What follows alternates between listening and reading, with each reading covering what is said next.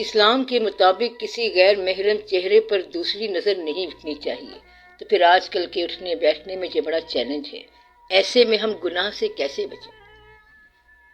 کسی بھی پرابلم کو اگر اسٹڈی کرنا ہو تو وہ ان آئسولیشن یعنی الگ سے اسٹڈی نہیں کیا جا سکتا، کیونکہ بہت ساری چیزیں آپس میں کنیکٹڈ ہیں، لنکڈ ہیں، جڑی ہوئی ہیں۔ اگر آپ کی ذاتی نگاہ اور توجہ کسی سپلیمنٹری یا غیر ارادی منظر کی طرف چلی جائیں اور پھر آپ کی نگاہ کے تقدس میں پاکیزگی میں فرق نہیں آتا، تو پھر لائف کی پرابلم کوئی نہیں ہے۔ اگر آپ کی دشواری قائم رہے تو پھر دقت آپ کی تمنا کے اندر نہیں ہے اور وہ واقعہ نہیں ہے۔ اصل میں دقت جو ہے یہ ناظر کو ہوتی ہے اور نظارے کو نہیں ہوتی۔ تو دقت کس کو ہے؟ دیکھنے والے کو ہے۔ دیکھنے والے کی دقت اس کے اپنے نفس کے ساتھ ہے اور اپنے ایمان کے ساتھ ہے۔ ایک آدمی اپنے پیر صاحب کے پاس گیا اور عرض کی کہ میرے واقعات صحیح ہو گئے ہیں، نمازیں باقاعدہ ہو گئی، مال بھی صحیح ہو گیا ہے، حج کی سعادت مل گئی ہے، کھانا پینا بھی درست ہو گیا ہے، رہی نگاہ تو یہ نگاہ اٹھ جاتی ہے، اس کے لیے دعا کریں۔ پیر صاحب نے کہا کہ اس کا کوئی علاج نہیں ہے۔ اس نے عرض کی کہ دعا کریں تاکہ اللہ مہربانی کرے۔ پیر صاحب نے کہا کہ اس پہ اللہ بھی مہربانی نہیں کر سکتا۔ اس شخص نے پوچھا پھر اس کا علاج کیا ہے؟ پیر صاحب نے فرمایا اس کا ایک علاج ہے، نگاہ کی پاکیزگی آپ کو اپنی بیٹی عطا کرتی ہے، دنیا میں اور کوئی یہ نہیں کر سکتا۔ اسی طرح ایک آدمی ذرا آزاد منش، آزاد خیال اور آزاد روش تھا، اس کی طبیعت بھی رنگیلی تھی۔ کچھ عرصے کے بعد لوگوں نے دیکھا کہ وہ دیندار بن گیا ہے اور مسجد کے چکر لگاتا ہے۔ کسی نے کہا تجھے کیا ہوا؟ تو اچھا خاصا آزاد انسان تھا اور اب کچھ پابند سا لگ رہا ہے۔ تو وہ کہتا ہے کہ مجھے پیر صاحب مل گئے ہیں۔ اس شخص نے پھر کہا کہ تو نے بتایا ہی نہیں کہ تجھے پیر صاحب مل گئے ہیں اور ہمیں نہیں ملایا۔ پھر کہا کہ کیا نام ہے آپ کے پیر صاحب کا؟ اس نے کہا میرے پیر کا نام ہے بیٹی، جو میرے گھر میں پیدا ہوئی ہے۔ تو بیٹی پیدا ہو جائے تو پھر گھر میں ہی پیر آ جاتا ہے۔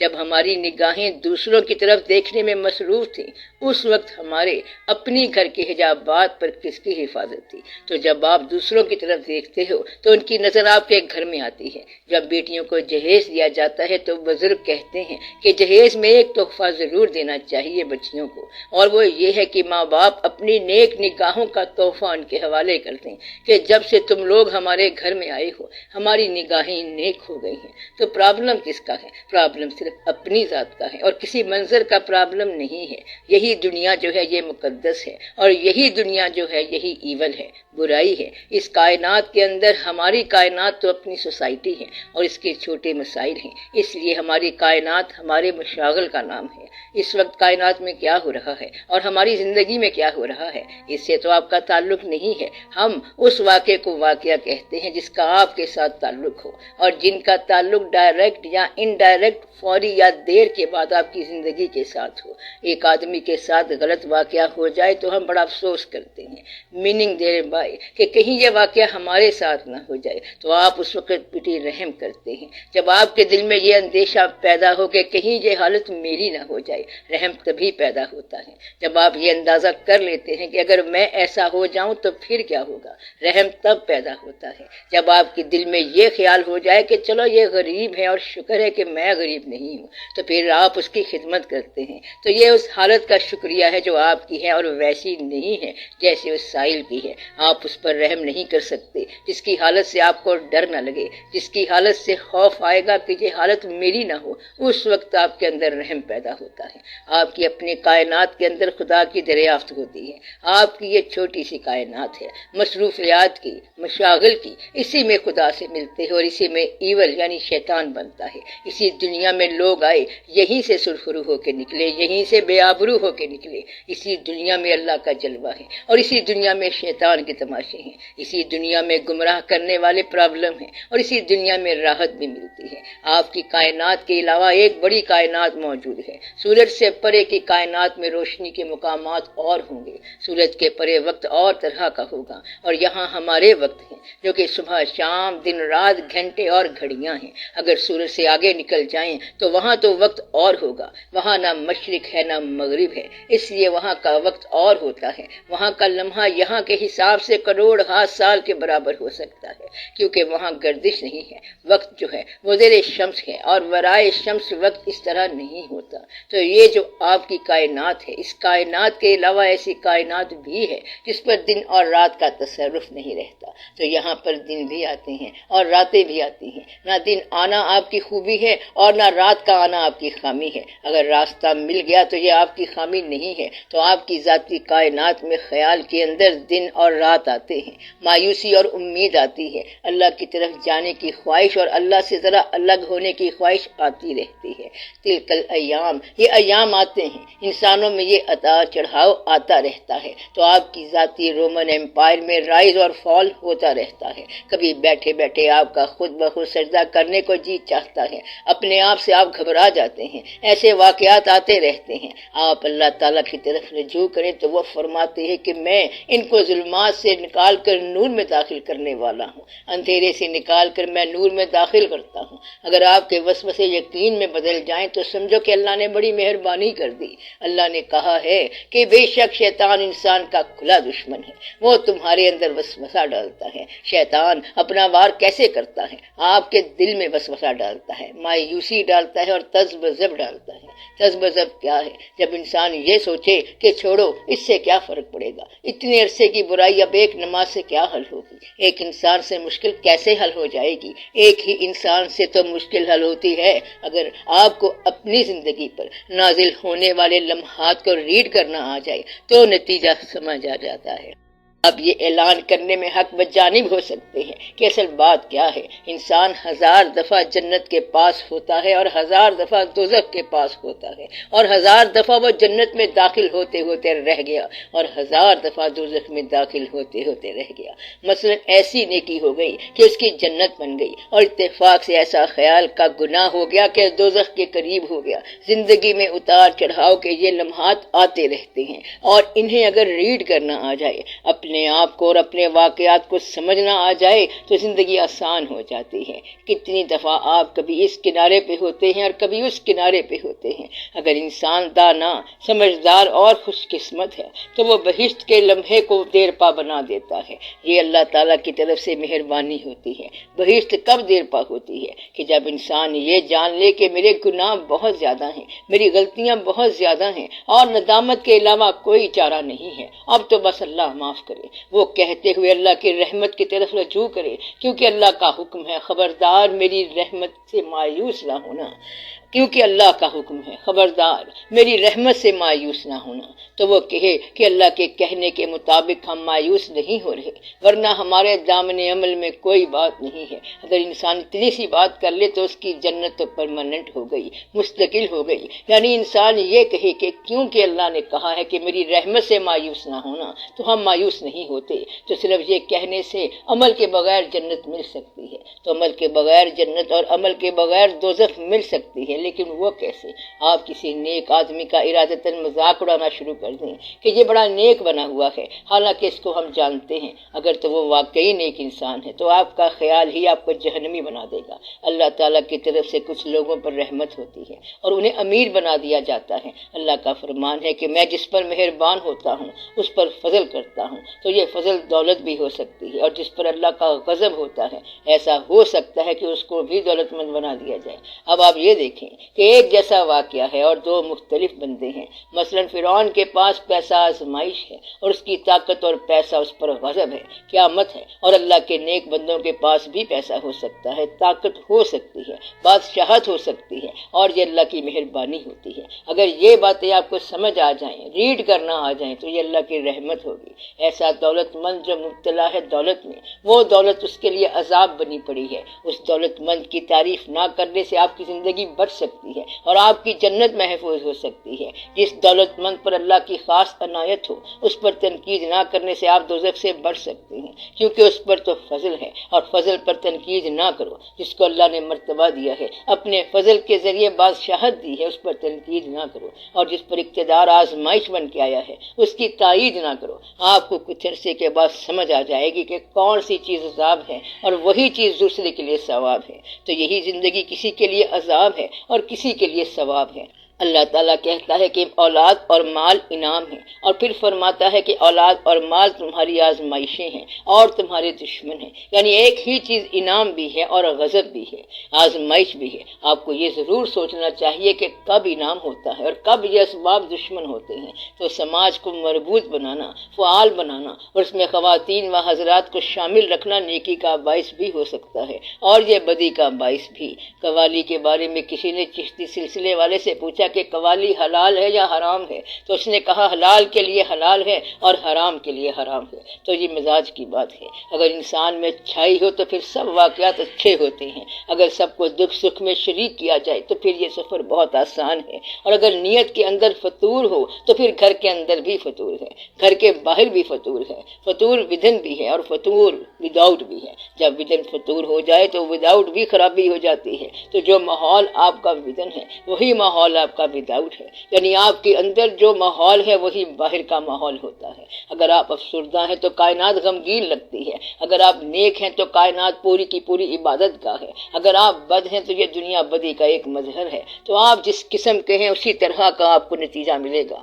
آپ اگر تلاش کرنا چاہیں اور آپ کا نام خریدار ہو تو ساری دنیا بازار بن جائے گی، اگر آپ دینے والے ہیں تو دنیا کا نام طلبگار ہے، تو دنیا فوراً وہ رنگ اختیار کر لیتی ہے جو آپ کے مطابق ہو۔ اگر آپ گانے والے ہیں تو ہر طرف کان جمع ہو جائیں گے، مطلب یہ ہے کہ آپ کے پاس جو صفت ہوگی دنیا اس کو ریسیو کرنے لگ جائے گی۔ اسی طرح اگر آپ کے پاس بدی ہے تو دنیا اس کے لیے فوری طور پر تیار ہو جائے گی۔ یہاں اگر آپ کو شطرنج آتی ہے تو بس اعلان ہونے کی دیر ہے، 10 دن کے بعد بڑے بڑے شاطر دور سے آنے شروع ہو جائیں گے جو انٹرنیشنل فیم کے ہوں گے، پھر شطرنج کا کھیل شروع ہو جائے گا۔ تو ہمیں وہی ملتا ہے جو ہم دیتے ہیں۔ We receive that what we give۔ تو فطرت ہر انسان کی اندر اپنا اظہار رکھتی ہے۔ In ourselves alone does nature live۔ تو فطرت اور اللہ کا مظہر آپ کے اندر ہی ہے۔ تو نیچر یا گاڈ جو ہے ہم ہی اس کا کفن ہے اور ہم ہی اس کا عروسی لباس۔ آپ ہی کے دم سے بہاریں ہیں اور آپ نہ ہوں تو پھر خزاں ہی خزاں ہیں۔ اگر آپ کا دوست روٹ گیا یا کہیں چلا گیا، جدائی ہو گئی، تو آپ کہیں گے کہ تم کیا گئے کہ روٹ گئے دن بہار کے، اس کے چلے جانے سے ایسا لگتا ہے کہ بہار ختم ہو گئی۔ میرے غم کا عکس پڑا ہے اوروں کے افسانے پر۔ بات تو یہ ہے کہ اگر آپ غمگین ہیں تو ساری دنیا آپ کو غمگین لگے گی۔ گھر میں اگر کوئی افسوسناک واقعہ ہو جائے تو ہر چیز غمگین ہو جاتی ہے، اور یہ واقعہ ایک دن ضرور ہونا ہے۔ ایک تھی دیوی، دیوی وہ ہوتی ہے جو مرتی رہی ہے، اس کو کوئی انسان پسند آ گیا، انسان دنیاوی تھا، وہ دیوتاؤں کے پاس پہنچی کہ مجھے ایک آدمی پسند آ گیا ہے، تو میں یہ چاہتی ہوں کہ کیونکہ میرا اس سے تعلق ہو گیا ہے آپ اس کو بھی امر بنا دیں، میری طرح ہمیشہ زندہ رہنے والا۔ دیوتا نے کہا کہ یہ انسان ہوتے ہیں، ان کو موت ہی اچھی لگتی ہے، اس کو لافانی نہ بنا۔ اس نے کہا نہیں نہیں، میرا تعلق ہو گیا ہے، مجھے محبت ہو گئی ہے، بس اسے زندہ کر دو ہمیشہ کے لیے۔ دیوتا نے کہا جاؤ، ہم نے اس کو لافانی بنا دیا، اس کو موت نہیں آئے گی۔ وہ انسان 100 سال کے قریب ہوا تو اس کی شکل بدل گئی، اس کے واقعات اور ہو گئے، نگاہ کمزور، دل افسردہ، لب خشک، آنکھیں پرنم، عجیب و غریب واقعہ ہو گیا، شکل پہچانی نہ جاتی تھی۔ تو اس آدمی نے دیوی سے کہا کہ تو لافانی ہے اور میں لافانی نہیں ہوں، میری صحت لافانی نہیں ہے، مجھ پر مہربانی کرو۔ دیوی پھر دیوتا کے پاس گئی کہ اب اس انسان کو موت ہی دے دو، تب جا کے اس شخص کی نجات ہوئی۔ تو فانی انسان کا لافانی ہونا کوئی اچھی بات نہیں ہے۔ دو صورتیں ہیں، یا تو آپ اپنے عزیزوں کے سامنے رخصت ہو جائیں یا پھر آپ کے سارے عزیز آپ کے سامنے رخصت ہو جائیں۔ آپ کی بڑی عمر کا مطلب کیا ہے؟ جتنے آپ کے جاننے والے ہیں وہ آپ کے سامنے رخصت ہوں۔ تو بڑی عمر جو ہے بڑے غم کا نام ہے، تو غم کا عکس آپ پر ضرور پڑے گا اور غم کا سامنا ضرور ہوگا۔ آپ ہی نے سب کچھ دیکھنا ہے، ہم ہی سے رنگے بہارا، ہم ہی سے رنگے چمن۔ اب آپ کا کام یہ ہے کہ ذاتی طور پر ایک آدمی بھی اللہ تعالیٰ کو دل سے ماننے والا پیدا ہو جائے تو یہ کائنات ساری کی ساری اس کے ساتھ شامل ہو جائے گی۔ بات یہ ہوتی ہے کہ ہمارے پاس نیکی جو ہوتی ہے وہ عارضی طور پر، ضرورت کے طور پر، پروپیگنڈا کے طور پر ہوتی ہے۔ کسی ایک کام کے لیے لوگ نیک ہو جاتے ہیں اور جب کام ہو جاتا ہے تو پھر کراکوڈائل ٹیئرز ختم ہو جاتے ہیں۔ تو مگر مگر مچ کا رونا بند ہو جاتا ہے۔ عام طور پر رہنما سنسیئر نہیں ہوتے، مخلص نہیں ہوتے، ورنہ آج تک فالو کرنے والے جو لوگ ہیں، سننے والے یا ماننے والے، ان کی طرف سے تو فطور ہی کوئی نہیں ہوتا۔ جب بھی کوئی جھوٹا نکلا تو پیر ہی نکلا۔ اس کی وجہ یہ ہے کہ کہیں نہ کہیں کوئی خامی رہ جاتی ہے، تو ساری کہانی آپ کی اپنی ہے۔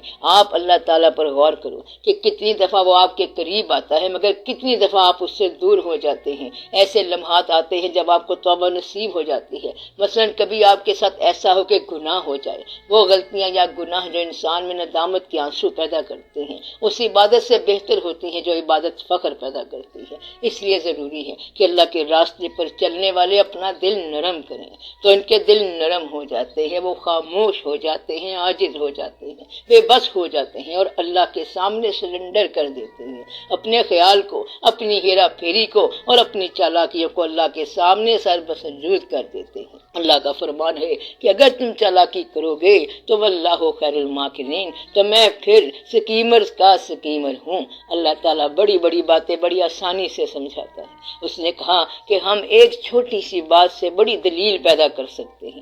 سب سے قیمتی واقعہ غار ثور کا واقعہ ہے، اور حضور پاک صلی اللہ علیہ وآلہ وسلم کی زندگی کو اللہ نے ڈیفینڈ کر لیا مکڑی کے کمزور جالے سے۔ یہ جالا کمزور ترین چیز ہے، اور اللہ نے کمزور ترین چیز سے قوی ترین دلیل بنا لی۔ اللہ کہتا ہے میں تو پھر ایسے کام کرتا ہوں، تم میرے سامنے ٹرک نہ کرنا، کاریگری نہ کرنا، سیدھا یہ کہہ دینا کہ غلطی ہو گئی، یا اللہ معافی دے دے۔ یہ نہ کہنا کہ یہ ہے اور وہ ہے، کیونکہ آپ کی زبان کو اللہ تعالیٰ خاموش کر سکتا ہے اور دماغ کو بھی بند کر دے گا۔ پھر تیرے ہاتھ ہی بولیں گے، اور وہ ہاتھ بالکل سچ بولیں گے۔ اس لیے آسان بات یہ ہے کہ یا اللہ غلطی ہو گئی۔ اللہ تعالیٰ کہتا ہے کہ میں جانتا ہوں کہ تم ضعیف ہو، کمزور ہو، تم سے غلطیاں ہوتی رہتی ہیں، اس لیے ہر غلطی کی معافی۔ غلطی کو ڈیفینڈ کرنا اور غلطی پہ اصرار کرنا، یہ ایک اور غلطی ہے۔ دو آدمی بحث کر رہے ہیں کہ یہ تم نے کیا کیا، گلاس توڑ دیا، ایک نے کہا تقدیر نے توڑا، ہاتھ سے گر گیا اور نظر لگ گئی۔ لوگ یہ بحث کرتے ہیں، اور ایک شخص اللہ تعالیٰ سے کہتا ہے کہ غلطی ہو گئی، معافی دے دو۔ اللہ کو یہ بات سننے کا شوق ہے کہ غلطی ہو گئی، معافی دے دو، ورنہ تو عبادت کرنے والے بے شمار ہیں۔ ایک بادشاہ کے دو بیٹے تھے۔ بادشاہ بڑا نیک تھا۔ جو بڑا بیٹا تھا اس نے کہا کہ میرے حصے کا پیسہ مجھے دے دو، میں تو یہاں رہنا نہیں چاہتا، گھبرا گیا ہوں، دنیا کی سیر کروں گا۔ بادشاہ نے اس کو پیسہ دے دیا اور رخصت کر دیا۔ وہ پیسے لے کے چلا گیا۔ چھوٹے نے کہا میں ابا حضور کے پاس ہی رہوں گا۔ وہ جو پیسہ لے کے جانے والا ہے، کچھ عرصے کے بعد اس نے پیسہ ضائع کر دیا۔ پردیس میں بڑی تکلیف ہوئی، حتیٰ کہ زمین پر جانوروں کے ساتھ لیٹنا پڑ گیا اور جنگلی بوٹیاں کھاتا رہا۔ ایک دن زمین پر سویا ہوا تھا۔ اس نے سوچا کہ میں نے غلطی کی تھی اور باپ کے حضور میں گستاخی کی تھی، لیکن کوئی بات نہیں ہے، شاید معاف ہی کر دے، شاید اس کے دل میں رحم آ جائے۔ اس طرح وہ نیت کر کے واپس چلا۔ باپ کو جب پتا چلا کہ بیٹا شہر میں آنے والا ہے تو اس نے گھی کے چراغ جلائے اور استقبال کی تیاریاں کی۔ بیٹے کا استقبال ہوا اور بڑا استقبال ہوا، کئی بچڑے ذبح کیے اور بڑا انتظام کیا۔ وہ جو چھوٹا بیٹا تھا اس نے کہا کہ ابا حضور یہ تو پیسے لے کر ضائع کر آیا ہے اور پھر استقبال بھی اسی کا ہو رہا ہے۔ میں آپ کے ساتھ عبادتیں کرتا رہا، خدمت کرتا رہا، مگر میرے لیے تو آپ نے کبھی مرغی بھی ذبح نہیں کی، اور اس کے لیے بڑے بڑے بیل بچڑے ذبح کر دیے۔ تو اس نے کہا بیٹا بات یہ ہے کہ تو گمراہی کا راز نہیں جانتا، تو ایک راستہ جانتا ہے اور وہ نیک راہ ہے۔ جو گمراہی سے واپس آیا ہے وہ مجھے زیادہ پیارا ہے۔ تو وہ آدمی جو اس جگہ سے آیا ہے جہاں سے آنا ممکن نہیں تھا، اس کو اللہ واپسی کی اجازت دیتا ہے۔ اور تم تو اچھے نصیب میں پیدا ہوئے، عبادت کرتے گئے، تمہیں کیا پتا کہ گناہ کیا ہوتا ہے۔ گناہ کی دنیا سے مڑ کے آنے والا اللہ کے ہاں زیادہ قابل عزت ہے، کیونکہ وہ اس جگہ سے مڑ آیا ہے جہاں سے مڑنا ممکن نہیں تھا۔ اس کے لیے زیادہ استقبال ہوا کرتا ہے۔ تو گناہ جتنا بھی ہو، واپسی کے لیے پرواہ نہ کیا کرو، سیدھا اللہ کے حضور سجدے میں جاؤ تو اللہ معاف کر دیتا ہے۔ یہ کیسے پتہ چلے گا کہ ہم اللہ کے قریب ہیں اور ہم پر اللہ کا رحم اور فضل ہے؟ واپس آنے والا پہلے بیٹھنے والے سے بہتر ہے۔ اپنی زندگی میں بڑی ہی احتیاط کے ساتھ وقتاً فوقتاً توبہ کرتے رہنا چاہیے۔ زندگی میں ایسے دور آتے ہیں جب ہم اللہ کے قریب ہوتے ہیں، اور ایسے دور بھی آتے ہیں جب ہم اللہ سے دور ہو سکتے ہیں۔ قریب آنے کا زمانہ وہ ہے جب آپ توبہ کی حالت میں ہوں، جب آپ کا حق نہ ہو اور آپ اس کی رحمت کی طرف نگاہ رکھیں، اس لیے کہ اللہ نے کہا ہے میری رحمت کا انتظار کرنا، تو آپ کا حق کوئی نہیں ہے، لیکن اللہ کا حکم ہے کہ میری رحمت سے مایوس نہ ہونا، تو اس وقت آپ اللہ کے قریب ہوتے ہیں۔ جب آپ کو دنیا کی محبت کم محسوس ہو، دنیا سے جی گھبرا جائے، تو اس وقت آپ پر اللہ کا احسان ہوتا ہے، اس وقت آپ اللہ کے قریب ہوتے ہیں۔ تو ایک بات یاد رکھنا کہ اللہ کا جب بھی آپ کو خیال آئے، یہ سمجھ لیں کہ اسی وقت اللہ نے آپ کو یاد کیا ہے، ورنہ خیال آ نہیں سکتا۔ جس کا خیال ہے اگر وہ خیال نہ دے تو اس وقت تک خیال نہیں آتا۔ کب آتا ہے خیال؟ جب اللہ تعالیٰ مہربان ہو تو آپ کے دل میں اللہ تعالیٰ کی یاد آتی ہے، پہچان نہیں ہوتی ہے مگر یاد آتی ہے۔ ایک جگہ پر اللہ تعالیٰ نے فرمایا، اے انسانوں، یاد رکھنا کہ میری رحمت میرے غضب سے بہت زیادہ میری رحمت جو ہے وسیع تر ہے غضب سے۔ اللہ کی رحمت کا مظہر حضور پاک صلی اللہ علیہ وآلہ وسلم کی ذات ہے، تو اللہ تعالیٰ کی رحمت مجسم حضور پاک صلی اللہ علیہ وسلم کی ذات گرامی ہے۔ جب آپ کے اندر اپنی بدعمالیوں کے باوجود حضور پاک صلی اللہ علیہ وآلہ وسلم کی طرف رجوع پیدا ہو جائے تو سمجھو کہ رحمت کا وقت آ گیا۔ رحمت کہتے کسے ہیں؟ رحمت کی تعریف یہ ہے کہ رحمت انسان کو اس کے اعمال سے بچانے والی چیز ہے، انسان کو اس کے اعمال کی عبرت سے بچانے والی چیز رحمت ہے۔ گویا کہ اعمال نامے کی کمی رحمت سے پوری ہو سکتی ہے۔ کیا نتیجہ یہ ہوا کہ اعمال نامے کی کمی بخشش سے پوری ہو؟ رحمت اور مکمل رحمت حضور پاک صلی اللہ علیہ وآلہ وسلم کی ذات گرامی ہے۔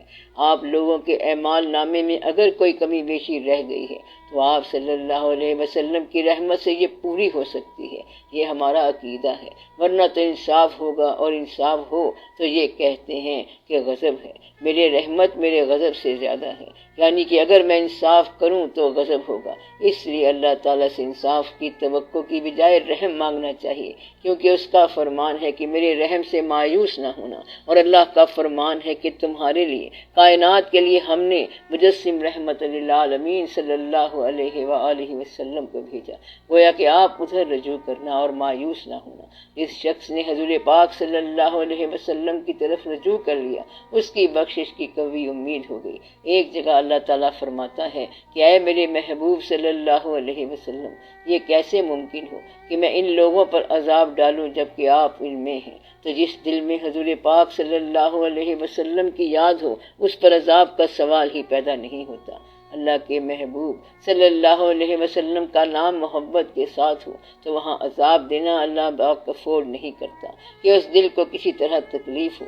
تو اتنی ساری کہانی ہے اور صرف اتنا سارا راز ہے، باقی سب میلہ ہے۔ اصل راز یہ ہے کہ حضور پاک صلی اللہ علیہ وسلم کی محبت جو ہے یہ آپ کا ایمان ہونا چاہیے، تو گرفت نہیں ہو سکتی، ہو ہی نہیں سکتی۔ دوزخ وغیرہ سب پیچھے رہ گئی، کیونکہ یہ نام ایسا ہے کہ جس دل میں وہ نام آیا اور محبت کے ساتھ آیا تو اس دل پر عذاب آنا ناممکن ہے۔ بس اتنی ساری کہانی ہے، لمبی چوڑی بات ہی کوئی نہیں ہے۔ یہ آپ کے لیے نشانی ہے کہ جب آپ کے اوپر اللہ تعالیٰ کی رحمت ہو، اللہ کا رحم جب ہو جائے تو اللہ کے محبوب صلی اللہ علیہ وسلم کی طرف رجوع ہو جاتا ہے۔ اللہ کا رحم کب ہوتا ہے؟ جب انسان کا اللہ کے حبیب صلی اللہ علیہ وسلم کی طرف رجوع ہو جاتا ہے۔ جب حضور پاک صلی اللہ علیہ وسلم قبول فرما لیتے ہیں تو انسان عبادت میں گم ہو جاتا ہے۔ بس ادھر جاؤ تو ادھر کا راستہ مل جاتا ہے، اور ادھر جاؤ تو ادھر کا راستہ مل جاتا ہے۔ درمیان میں زندگی گزر جاتی ہے اور کلمہ پورا ہو جاتا ہے۔ کبھی توحید ہے اور کبھی رسالت ہے۔ آپ بات سمجھ رہے ہیں؟ توحید اور رسالت کی کمبینیشن کا نام ہے کلمہ پورا۔ آپ لوگ اسے قائم رکھا کرو۔ جب ماں باپ اپنے اعمال کی غلطیوں کے باوجود آپ کو بزرگ نظر آنے لگ جائیں تو سمجھو کہ اللہ کا رحم ہو گیا آپ پر۔ کیا رحم ہو گیا؟ ماں باپ نے بڑا ہی ظلم کیا، قیامت ہی کر دی، لیکن ماں باپ پھر بھی آپ کو اچھے لگے۔ اگر آپ کے دل میں ماں باپ ہونے کی حیثیت سے ان کا ہر ظلم آپ کو گوارا ہے تو سمجھو کہ اللہ کا رحم ہو گیا۔ اللہ کا رحم کب ہوتا ہے؟ جب ماں باپ کی عزت میں ان کا کوئی عمل کمی نہ پیدا کر سکے۔ جب آپ کو دنیا کی محبت کم نظر آئے تو اللہ کا رحم ہو گیا۔ اگر آپ کے اندر یہ شوق پیدا ہو جائے کہ اللہ کے نام لینے والوں میں اور اللہ کی طرف سفر کرنے والوں میں شامل ہو جائے تو آپ پر اللہ کا رحم ہو گیا۔ اللہ تعالیٰ جن پر رحم کرتا ہے وہ سارے آپس میں مربوط ہو جاتے ہیں، اور وہ لوگ دشمن کے لیے سخت اور آپس میں اکٹھے ہو جایا کرتے ہیں، ایک دوسرے پر مہربانی کرتے ہیں۔ تو یہ اللہ تعالیٰ کی مہربانی ہے، اللہ تعالیٰ کے فضل کی آپ کے اپنے دل میں خبر ہوتی ہے۔ یہ سماج، society, social life, mixed life, یہ عذاب بھی ہے اور یہ ثواب بھی ہے۔ ثواب دید آپ کی اپنی ہے، اچھے کے لیے ہر چیز اچھی ہے، اگر خیال میں غلطی ہو جائے تو ہر چیز غلط ہو جاتی ہے۔ اس لیے بہتر یہ ہے کہ آپ اپنے خیال کو اللہ کا فضل مانا کریں، اور اس وقت سماج کے اندر جو کچھ ہو رہا ہے اس کو بڑے ادب اور احترام کے ساتھ دیکھتے چلے جائیں، سب واقعات ٹھیک ہو جائیں گے۔ آپ اپنے آپ کو اللہ تعالیٰ کے روبرو پیش کیا کریں، ہر روز ہی آپ اللہ تعالیٰ سے کہہ دیا کریں کہ یا اللہ ہم تیری رحمت سے مایوس نہیں ہیں، یا اللہ اس لیے ہم توبہ کرتے ہیں، تو توبہ قبول فرمانے والا ہے، ہمیں ہمارے اعمال کی عبرت سے بچا، آمین یا رب العالمین۔ آپ نے وہ اعمال جمع کر رکھے ہیں جو اگر بول پڑیں تو وہ اس آتشی جزیرے کی طرح ہیں جو پانی میں آگ لگا دیں گے، اس لیے اے اللہ تو مہربانی فرما، جو آگ دبی ہوئی ہے اسے دبا ہوا رہنے دے اور وہیں کی چیز وہیں رہنے دے۔ اے اللہ معافی کو وہیں سے اناؤنس فرما، اپنی خامی اور اپنی برائی کو چھپانے کی تمنا بھی ایک قسم کی توبہ ہے۔ غلطی کا فخر سے اظہار کرنے والے کی بخشش ذرا مشکل ہے، وہ بڑا اچھا انسان ہے جو اپنی غلطیوں اور خامیوں کو چھپا دے، یعنی کہ اپنے گناہوں پر کسی انسان کو گواہ نہ بنائے۔ اگر یہ فارمولہ مان لیا جائے کہ گناہوں پر گواہ نہ بنانا، تو ایسے گناہ جس میں گواہ لازمی ہے وہ ہو ہی نہیں سکتے، تو ایسے گناہ جس میں انسانی گواہ لازم ہو وہ گناہ ہو ہی نہیں سکتے۔ تو آج یہ فیصلہ ہو گیا کہ گناہ پر کسی انسان کو گواہ نہ بنانا اللہ کی رحمت کی دلیل ہے، اور دوسروں کے گناہوں کو چھپا دینا بھی اللہ کے رحم کی دلیل ہے۔ یہ ستار العیوبی کے باب میں آتا ہے۔ اللہ تعالیٰ خود ستار العیوب ہے، تو اللہ تعالیٰ سے اپنے گناہوں کو پردے میں رہنے کی التجا کے لیے ضروری ہے کہ دوسرے کے گناہوں کو پردے میں رکھو، پھر آپ کے گناہ معاف ہو جائیں گے، پھر آپ کو اللہ تعالیٰ کا تقرب بھی نصیب ہو جائے گا۔ اگر اپنے گناہ چھپا کے رکھو تو توبہ قبول ہو جاتی ہے، اور دوسروں کے گناہوں پر ان کو شرمندہ نہ کرو۔ جب تک توبہ کا دروازہ بند نہ ہو کسی کو گنہگار نہ کہو۔ توبہ کا دروازہ بھی بند نہیں ہوا، پتہ نہیں کون بخشا جائے گا اور کون نہیں بخشا جائے گا، ابھی فیصلہ کہاں ہوا ہے۔ ایسے ہی کسی کو گنہگار نہ ٹھہرانا، پتہ نہیں کس نے کہاں جانا ہے۔ بے شمار لوگ آخری دم اللہ سے مکر گئے اور بے شمار کافر کلمہ پڑھ کر جنت میں چلے گئے۔ اس لیے یہ فیصلہ کرنا مشکل ہے، جب تک ہمارا آخری سانس نہ ہو کوئی پتہ نہیں کون کدھر جائے گا۔ اس لیے کسی گنہگار کو قبل از وقت مایوس ہونے کا غم نہیں ہونا چاہیے، یہ اللہ کی مہربانی ہے، پتہ نہیں کس نے کہاں جانا ہے۔ وہ آدمی اللہ کو بہت ناپسند ہے جو پہلے ہی اپنا تجزیہ نکالے بیٹھا ہے کہ میں تو گمراہ ہوں، مجھے کہاں بخشنا ہے اللہ نے۔ اس کے خیال کے مطابق اللہ بخش نہیں سکتا، جیسے اللہ کو کہیں سے اجازت لینی ہے، وہ تو اللہ ہے، اسے کہیں سے اپروول تو نہیں لینی، وہ چاہے تو معاف کر دے۔ تو اس لیے آپ اللہ کو اللہ ہی سمجھیں۔ اللہ تعالیٰ نے کوئی ایڈوائزری کونسل نہیں رکھی ہوئی، اللہ مالک ہے، جب چاہے ذرے کو آفتاب بنا دے، کیونکہ اس کا نام اللہ ہے، وہ جس کو جو چاہے بنا دے، نقطے کو بسم اللہ بنا دے، اس کی مرضی ہے۔ اللہ جو ہے، اس لیے اللہ کے کاموں میں آپ دخل نہیں دے سکتے۔ اپنے آپ کو اللہ کے سامنے پیش کر دو تو اللہ معاف کر دے گا۔ کہتے ہیں کہ تھوڑی عبادت قابل قبول ہے اور زیادہ ہو تو قابل قبول نہیں ہوتی۔ زیادہ اور تھوڑا ہماری مقداریں ہیں، یہ اللہ کے ہاں نہیں ہوتی۔ وہ چیزیں، وہ صفات، دنیاوی اچیومنٹس جن پر آپ بالعموم جرنلی فخر کرتے ہیں، وہ چیز احسار کرنا عبادت ہے۔ یعنی جو چیز آپ کو دنیا میں، اپنے حاصل کی دنیا میں سب سے عزیز ہے، آپ وہی قربان کر دیں تو یہ عبادت ہے۔ اگر آپ اپنی سب سے پیاری چیز اللہ کے روبرو پیش کر دیں تو جو بھی آپ کو سب سے زیادہ عزیز ہے، اپنی اس حالت میں، اپنی اس زندگی میں اگر اللہ کو وہ چیز پیش کریں گے تو یہ عبادت ہے۔ مثلا ایک شخص نے ساری عمر میں پیسے کمائے، بڑی محنت کی، وہ سیلف میڈ بندہ محنت کر کر کے آج اس قابل ہوا کہ وہی چیز اللہ کے راستے میں نثار کر دے، تو یہ عبادت ہے۔ ایک آدمی ایک گرو کا چیلا تھا، اس کو اس کے گرو نے جنگل کی بوٹیوں کی اسٹڈی کے لیے لگایا ہوا تھا اور کہا کہ اس کا رس یعنی عقاقیر اکٹھا کرو، وہ بڑا محنت طلب اور مشکل کام ہوتا ہے۔ اس رس کو جواہر عقاقیر کہتے ہیں، یعنی بوٹیوں کا رس۔ وہ اس کام میں لگ گیا، جنگل کی بوٹیوں میں جاتا تھا، بوٹی پھلنے پہ آتی تھی تو اس کے اندر سے اس کی ایک خاص مشک نافع نکلتی ہے، جو اس کا خاص جوہر ہوتا ہے۔ اس بیچارے چیلے نے 30 سال محنت کرنے کے بعد ایک چھوٹی سی شیشی اکٹھی کی۔ چیلا بہت خوش ہوا کہ محنت کامیاب ہو گئی اور مقصد حاصل ہو گیا، تو وہ خوشی خوشی اپنے گرو کے پاس گیا۔ راستے میں ٹھوکر لگی اور شیشی ٹوٹ گئی۔ اس نے بڑی فریاد کی کہ میں نے اتنے سال لگا کے یہ عرق اکٹھا کیا تھا، اب تو میری بینائی بھی کام نہیں کرتی، مجھے تو کوئی بوٹی بھی نظر نہیں آئے گی، میں کہاں سے لاؤں گا، کیونکہ اب تو میرے اعضاء بھی شل ہو گئے ہیں۔ اس کی فریاد پر گرو ہنس رہا تھا۔ اس نے کہا، مہاراج آپ میری فریاد پہ کیوں ہنس رہے ہیں؟ گرو نے کہا کہ تیری فریاد اپنی جگہ پر، کیونکہ تو سمجھ رہا ہے کہ جو چیز تو نے چاہی وہ نہیں ملی، لیکن جو میں نے چاہا وہ مجھے مل گیا ہے۔ اس نے کہا، مہاراج آپ نے کیا چاہا تھا؟ گرو نے کہا، میں نے تیرے آنسو چاہے تھے۔ کہتا ہے، ان آنسوؤں کا کیا فائدہ؟ گرو نے کہا، انہی آنسوؤں سے بوٹیوں میں رس پیدا ہوتا ہے۔ تو کہانی اتنی ساری ہے کہ اگر آپ کے پاس آنسو ہیں تو یہی اللہ کی یاد میں لگا دو۔ آپ اللہ سے کبھی نقلی بات نہ کرنا، جتنا ہو سکتا ہے اس کی راہ میں لگا دو۔ آپ یہ دیکھیں کہ آپ نے اپنے کل اماؤنٹ میں سے کتنی پرسنٹیج میں اللہ کو یاد رکھا ہے۔ جتنا اپنے حاصل کی کائنات میں آپ نے اللہ کا حصہ رکھا ہوا ہے، اتنا ہی اس کی کائنات میں آپ کا حصہ ہے۔ اگر آپ نے اپنی ساری کائنات اس کے حوالے کر رکھی ہے تو اس کی کائنات پر آپ کا اختیار ہے۔ اگر آپ نے کہا کہ اللہ پاک تو ذرا ٹھہر کے آ، تو پھر وہ بھی کہے گا کہ تو بھی ذرا ٹھہر کے آ جا۔ تو اللہ سے آپ نے کیا لینا ہے؟ جو دینا ہے وہی لینا ہے۔ اگر آپ اسے مکمل اختیار دے دیں تو آپ کا کام بن جائے گا۔ آپ کے پاس جو بیسٹ چیز ہے اگر وہ اللہ کی راہ میں نثار کر دو تو اس کی بہترین چیزیں بھی آپ کے لیے ہوں گی۔ امیر آدمی اگر پیسہ اللہ کی راہ میں نہیں لگاتا اور نمازیں پڑھتا رہتا ہے تو نامنظور ہوگا۔ امیر آدمی کے پاس اگر دولت ہے تو اللہ کی راہ میں دولت دے۔ جو غریب آدمی گھبراتا رہتا ہے اگر وہ اپنی گھبراہٹ اللہ کے حوالے کر دے اور نہ گھبرائے، غریبی کو ناپسند نہ کرے، یہ کہے کہ جو دیا ہے ٹھیک ہے، تو اللہ اس سے راضی ہوگا۔ اللہ کے فیصلے پر راضی رہنے والا عام طور پر اللہ کو راضی رکھتا ہے۔ آپ نے اللہ کے ہر فیصلے کو رضامندی سے دیکھا تو اللہ تعالیٰ آپ پر راضی ہے۔ یہ نہ کہنا کہ یا اللہ یہ بھی دے اور وہ بھی دے، بلکہ اس نے جو دیا ٹھیک ہے اور جو لے گیا وہ بھی ٹھیک ہے۔ غم بھی اسی کا، خوشی بھی اسی کی، ہر چیز اسی کی، آپ خود بھی اسی کے۔ اگر یہ کہا تو پھر اللہ راضی ہے۔ اس طرح آپ کی یہ زندگی اچھی ہو جائے گی۔ جو کچھ آپ کا حاصل ہے وہ ٹھیک ہے اور جو محرومی ہے وہ بھی ٹھیک ہے۔ جو آیا وہ بھی ٹھیک ہے اور جو چلا گیا وہ بھی ٹھیک ہے۔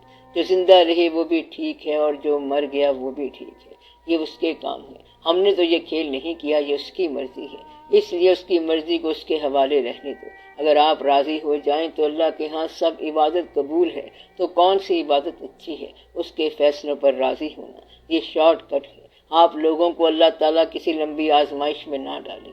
آپ کو اللہ تعالیٰ اپنے فضل سے نوازے۔ آپ لوگوں کے رشتہ دار آباد رہیں، بچے بھی خوش رہیں اور زندہ سلامت رہیں۔ اللہ تعالیٰ آپ کو سلامت رکھے، آپ خوش باش رہیں۔ آمین یا رب العالمین۔ ہم دعا مانگتے ہیں کہ کافر غرق ہو جائیں یا مسلمان ہو جائیں، مگر ایسا نہیں ہوتا، پھر ہم کیا کریں؟ اللہ سے ڈرو اور باز آ جاؤ۔ آپ لوگ عام طور پر ایک غلطی میں مبتلا ہوتے ہیں کہ کافروں کو ذہنی طور پر برا سمجھتے ہیں، لیکن آپ نے کافرانہ زندگی اپنے لیے اختیار کی ہوئی ہے، اس لیے وہ کافر آپ کی دعا سے کیسے غرق ہوگا؟ اگر آپ نام نہ بتائیں کہ ہمارا نام اسلامی ہے تو کافر اور مومن میں فرق کا کیسے پتہ چلے گا؟ آپ کی گھریلو زندگی میں جتنی چیزیں استعمال ہوتی ہیں، مثلا مشینیں، ساری کی ساری کافرانہ ساخت کی ایجاد ہیں، طرز حیات کافرانہ ہے، کچھ علم بھی کافرانہ ہے جو کالجوں اور اسکولوں میں پڑھایا جاتا ہے، اور پھر جو علم دینے والے ہیں ان کو بھی آپ دیکھ لیں۔ جس نے آپ کے ہاں ٹیوٹا کار بنا کے بھیجی ہے، اب اللہ تعالیٰ اس کافر کو کیسے غرق کرے؟ کیونکہ وہ تو آپ کے آرام کے لیے کار بنا کے دے رہا ہے۔ اصل میں آپ نے کافر کو کافر کے فن کے ساتھ مقابلہ کر کے اسے زیر کرنا ہے، اللہ کے ہاتھ سے غرق نہیں کرانا۔ آپ جو غلطی کرتے ہیں وہ یہ ہے کہ آپ سمجھتے ہیں کہ اللہ تعالیٰ انسانوں کی طرح یعنی ہمارے جیسے جذبات رکھتا ہے، حالانکہ وہ سب کا خالق ہے۔ تو اللہ ہے، کافروں کا بھی اللہ ہے اور مومنوں کا بھی اللہ ہے۔ ہم کہتے ہیں کافر تباہ ہو جائیں، مگر اللہ نے کافر پیدا کر دیے ہیں۔ تو اللہ تعالیٰ کہتا ہے کہ ان کو مجھ سے تباہ نہ کرواؤ، اگر تمہارے پاس ہمت ہے تو ان سے مقابلہ کر لو، تم ان سے خود ہی ڈیل کر لو۔ تو اللہ کہتا ہے کہ تم انہیں ڈیل کرو، اور آپ کہتے ہیں کہ اللہ ہی ڈیل کرے۔ یہ مشکل ہم کو آن پڑی ہے، اس لیے آپ کی دعا منظور نہیں ہوتی۔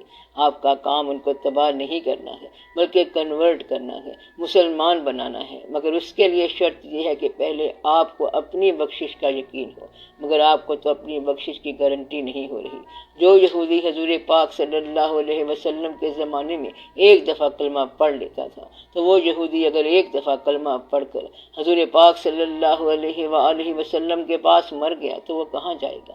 جنت میں جائے گا۔ تو جو ایک دفعہ کلمہ پڑھے گا تو پھر وہ جنت میں جائے گا، اور آپ کلمہ پڑھ کے مر جائیں گے، مگر آپ کو مولوی صاحب جنت میں نہیں جانے دے گا۔ اس کا مطلب یہ ہوا کہ اختلاف آپ کے اندر ہے۔ ایسے بے شمار لوگ ہیں جو کہتے ہیں کہ یا اللہ، یا تو یہ شخص جنت میں جائے گا یا پھر میں جنت میں جاؤں گا۔ آپ دیکھیں کہ جنت کے مستحق کون لوگ ہیں۔ اگر آپ کے ذاتی دشمن کو اللہ تعالیٰ جنت میں لے جانا قبول کرے تو کیا آپ راضی رہیں گے؟ جنت میں جانے والے انسان کی جنت میں جا کے جو کیفیت ہوتی ہے وہ یہاں سے شروع ہو جاتی ہے، یعنی دنیا سے شروع ہو جاتی ہے۔ کیا دنیا میں ایسا وقت آ سکتا ہے کہ آپ اپنے قاتل پر معافی کی نگاہ کریں؟ اگر یہ وقت آ گیا تو آپ کا نہ کوئی دشمن رہا اور نہ دوست رہا۔ یہ جنت میں جانے کی پہلی شرط ہے۔ اگر دنیا میں آپ کے دشمن اور دوست ہیں تو آپ کی جنت ابھی خطرے میں ہے، جن کو آپ نے معاف نہیں کیا۔ اگر اللہ انہیں معاف کر دے تو پھر بتاؤ کہ آپ کی کیا پوزیشن ہوگی۔ اس لیے فوراً آپ سب کو معاف کر کے نجات پاؤ۔ یہ عین ممکن ہے کہ ایک آدمی دل سے تبلیغ کر رہا ہو کہ نماز پڑھا کرو، وہ تو سب کو کہتا ہے، اور اگر ایک آدمی نماز نہیں پڑھتا تو سارے اسے کہتے ہیں کہ نماز پڑھو۔ اگر اس بے نماز سے کوئی ایسی نیکی سرزد ہو جاتی ہے کہ اللہ تعالیٰ اس کو بخش دیتا ہے تو وہ آدمی جو تبلیغ کرتا رہا ہے وہ اس کو نہیں بخشے گا۔ وہ تبلیغ والا کہے گا یا اللہ یہ کیا، ہم تو نمازیں پڑھ کے تھک گئے، اس نے ایک نماز نہیں پڑھی اور آپ اسے جنت میں بھیج رہے ہیں۔ لہٰذا آپ اللہ تعالیٰ کو مکمل طور پر اختیار دیں کہ وہ جو چاہے جس کو چاہے جو کچھ دے دے۔ اگر یہ کر لیا تو پھر آپ کی نگاہ میں کوئی گنہگار نہیں رہے گا اور آپ یہیں سے جنت میں داخل ہو جائیں گے۔ جب ذہنی طور پر آپ کسی کو دوزخی نہیں کہیں گے تو پھر آپ جنتی بن جائیں گے۔ اگر آپ حضور پاک صلی اللہ علیہ وسلم کی امت کے کسی شخص کو دوزخی نہیں کہیں گے تو پھر آپ جنتی ہیں۔ تو جنتی کی کیا تعریف ہے؟ یا اللہ، حضور پاک صلی اللہ علیہ وسلم کی ساری امت کو جنتی بنا، اور اس کو بھی جنتی بنا جو مجھے گالی دیتا ہے، مجھے نہیں مانتا، میرا منکر ہے اور میرا باغی ہے۔ اس لیے جس شخص نے معاف کر دیا اس پر اللہ راضی ہو گیا۔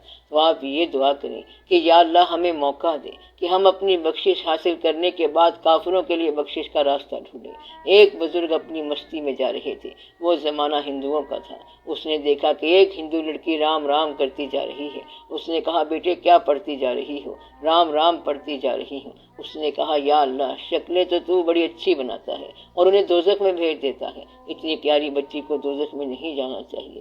تھوڑی دیر کے بعد لڑکی واپس آئی تو بزرگ نے پوچھا کیا پڑھ رہی ہو؟ کہتی ہے اللہ اللہ کر رہی ہوں۔ بغیر کچھ کہے ہوئے تیرے دل کی تمنا سے وہ رام رحیم کی طرف کنورٹ ہو جاتا ہے، تبدیل ہو جاتا ہے۔ گویا آپ کا دل صاف ہونا چاہیے۔ آج کے مسلمان چاہتے ہیں کہ آپ جنت میں جائیں، وہ جنت میں تو آپ کو شریک کرنا چاہتے ہیں مگر دنیا میں 2 پیسوں کا شریک نہیں کریں گے۔ تو جو دنیاوی فائدے میں شریک نہیں کرتا وہ جنت میں کہاں شریک کرے گا؟ وہ جھوٹ بولتا ہے، آپ کو جنت میں شریک نہیں کرنا چاہتا بلکہ وہ آپ کو ذلیل کرنا چاہتا ہے۔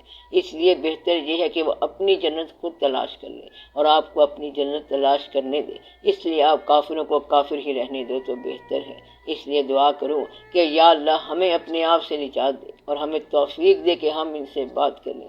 اگر ایسا نہیں کر سکتے تو بہتر یہ ہے کہ ان کو ایسے ہی رہنے دو۔ تو دعا کیا ہونی چاہیے؟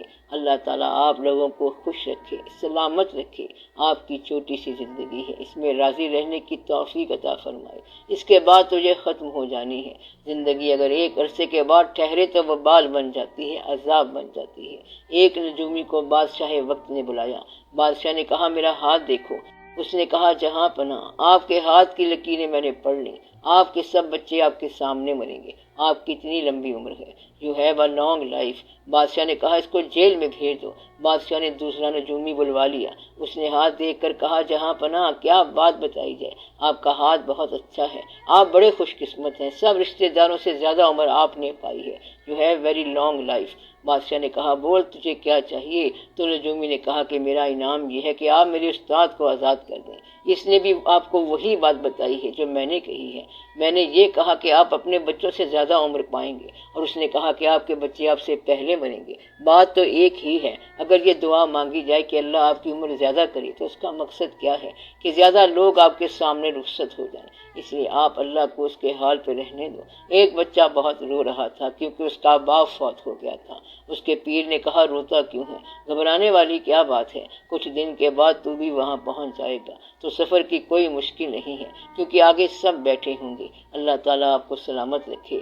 ہم یہاں بچوں کے پاس ہوتے ہیں اور پھر ماں باپ کے پاس ہوں گے. اللہ تعالیٰ سب پر رحم کرے. اللہ اپنی عافیت میں رکھے. اللہ تعالیٰ آپ کو چھوٹی چھوٹی عبادتیں کرنے کی توفیق عطا فرمائے. آپ کے پاس جو سب سے بہتر صفت ہے، دا بیسٹ صفت ہے، وہ آپ اللہ کی راہ میں لگا دیں. دا بیسٹ اچیومنٹ، سب سے اچھا حاصل جو ہے وہ اللہ کی راہ میں لگا دیں. آپ کا اللہ آپ پر راضی ہے اور آپ اللہ پر راضی ہو. ایک دوسرے کو معاف کرنے کی صلاحیت ضرور پیدا کریں. وصلی اللہ تعالی علی خیر خلقہ ونور عرشہ افضل الانبیاء والمرسلین سیدنا و سندنا حبیبنا و شفیعنا محمد وآلہ واصحابہ اجمعین برحمتک یا ارحم الراحمین.